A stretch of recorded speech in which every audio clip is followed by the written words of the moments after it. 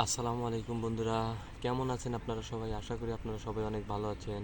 আপনাদের দোয়া এবং ভালোবাসায় ইনশাল্লাহ আমি অনেক ভালো আছি। প্রতিদিনের ন্যায় আবার চলে আসলাম নতুন আরও একটি ভিডিও নিয়ে।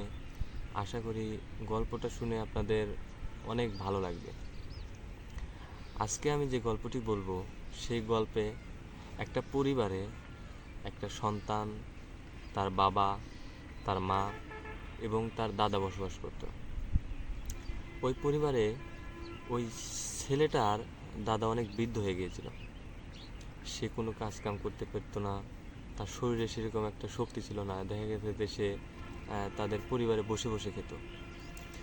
তো ওই ছেলেটার বাবা একদিন চিন্তা করে, যেহেতু আমার বাবা আমাদের আর কোনো কাজে আসছে না, শুধু বসে বসে খাচ্ছে এবং শুয়ে শুয়ে ঘুমাচ্ছে, তাহলে তাকে আমাদের পরিবারে রেখে শুধু শুধু আমাদের অর্থ খরচ করার কোনো মানে হয় না। সো সে চিন্তা করে যে আমি আমার বাবাকে জঙ্গলের কোনো এক জায়গায় রেখে আসব, যেন আমাদের আর বাড়তি কোনো খরচ করতে না হয়। সো সে যে চিন্তা করে সেই চিন্তা অনুযায়ী একটা বড় ডালা, গ্রাম্য ভাষায় যাকে আমরা টুকরি বলি, সেই টুকরির মধ্যে করে তার বাবাকে নিয়ে মাথায় নিয়ে এবং তার সাথে সেই ছোট্ট ছেলেটাও আছে, তারা তিনজনে মিলে জঙ্গলে যাচ্ছে এজন্য যে সে তার বাবাকে ওই জঙ্গলের মধ্যে রেখে আসবে, যেন তার পরিবারে থেকে তার বাবা আর তার বাড়তি খরচটা করতে না পারে।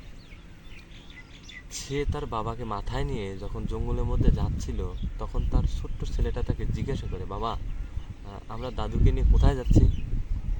তখন তার বাবা তাকে বলে যে, দেখো বাবা, তোমার দাদু তো অনেক বৃদ্ধ হয়ে গেছে, আমাদের কোনো কাজে আসে না, শুধু বসে বসে খায় এবং ঘুমায়। তো আমরা চিন্তা করেছি যে তাকে জঙ্গলের মধ্যে রেখে আসবো, যেন আমাদের আর বাড়তি কোনো খরচ না হয়। তখন সেই ছোট্ট অবুঝ ছেলেটি তার বাবাকে বলে যে, বাবা, তাহলে কিন্তু অবশ্যই দাদুকে রেখে আসার সময় এই টুকরিটা আবার আমরা নিয়ে আসবো। তখন ওই ছেলেটার বাবা তাকে জিজ্ঞাসা করে, কেন বাবা, তুমি হঠাৎ করে এই কথা জিজ্ঞাসা করছো কেন? তখন সেই ছোট্ট ছেলেটা তার বাবাকে বলে, বাবা, দেখো, একটা সময় তো আসবে যখন তুমিও বৃদ্ধ হয়ে যাবে, তুমিও আর আমার পরিবারে কাজ কামে আসবে না, শুধু খাবে আর ঘুমাবে। তখন আমি কি করব বাবা? আমারও তো একটা তখন বাড়তি খরচ হবে না? সো আমিও তখন তোমাকে ঠিক এইভাবে মাথায় করে জঙ্গলের মধ্যে রেখে আসবো।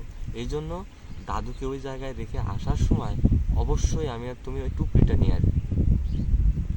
তখন ওই ছেলেটার বাবার মাথার উপর যেন আকাশ ভেঙে পড়ে।